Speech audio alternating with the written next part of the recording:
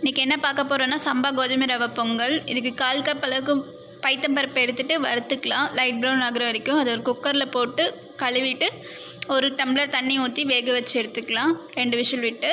வேறு ஒரு குக்கர் வச்சு 1 ஸ்பூன் நெய், 1/2 ஸ்பூன் மிளகு, 1/2 ஸ்பூன் சின்ன ஜீரகம், கொஞ்சோண்டு கருவேப்பிலை, இஞ்சி கொஞ்சோண்டு போட்டு வறுத்துட்டு முந்திரியும் போட்டு நல்லா வறுத்துக்கலாம். இப்போ 1 கப் அளவுக்கு சம்பா கோதுமை ரவை எடுத்துருக்கோம், அதையும் போட்டு நல்லா நம்ம வறுத்துக்கலாம்.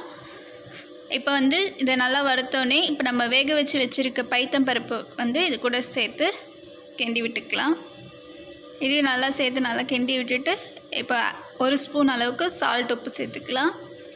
உப்பு சேர்த்து கிண்டி விட்டுட்டு 1 கப் கோதுமை ரவைக்கு 3 கப் தண்ணி கொதிக்க விட்டு இதில் ஆட் பண்ணிக்கலாம். குக்கர் மூடி போட்டு 3 விசில் விட்டுட்டு இப்போ நம்ம எடுத்துக்கலாம். இதில் கடைசியாக 1 ஸ்பூன் நெய் விட்டு நல்லா கிண்டி விட்டால் இப்போ நமக்கு கோதுமை ரவை பொங்கல் ரெடி. இது கூட சாம்பார் வச்சு தொட்டு சாப்பிட்டா ரொம்பவே டேஸ்ட்டாக